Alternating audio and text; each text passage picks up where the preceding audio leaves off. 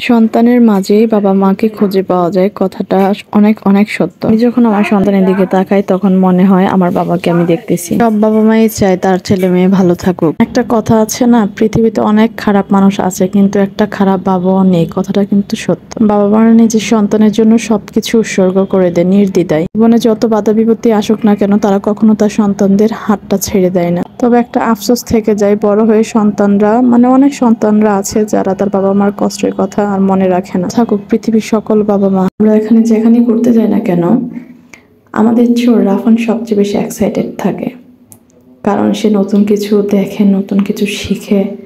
আর এই যে এখানে গিয়ে তো সে আসবেই না, সে ঘোড়ার গাড়ির কাছে থাকবে। এই রুমগুলো অনেক বড় বড় ছিল তো সে অনেক দৌড়াদৌড়ি করছে, হাঁটাহাঁটি করছে।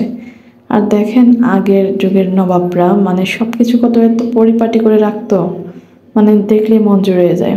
আর আমার বাবারটা তো এখানে দেখেন কত সুন্দর করে পাখির মতো উড়ে বেড়াচ্ছে। এই জিনিসগুলো দেখলে অনেক ভালো লাগে। কার না ভালো লাগে, সবারই ভালো লাগে, কারণ প্রত্যেক বাবা মাই চায় তার সন্তান হাসি খুশি থাকুক, সুখে থাকুক, ভালো থাকুক।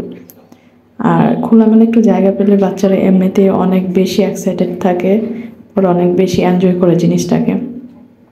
আমরা এখানে বসেছিলাম, সে শুধু দৌড়াদৌড়ি করতেছিল। আর এই যে শিপু এসে বলতেছে আমি লাভ দিই, তুমি ওর ছবি তোলো।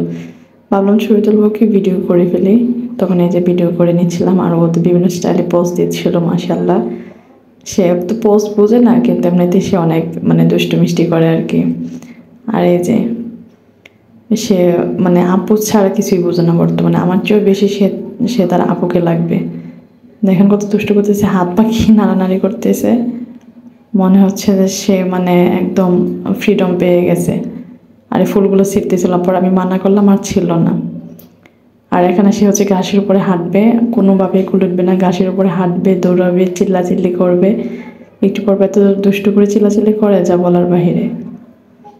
তো আমার বাবুটার জন্য সবাই দোয়া করবেন, সবার বাবু যেন ভালো থাকে। আল্লাহ হাফেজ।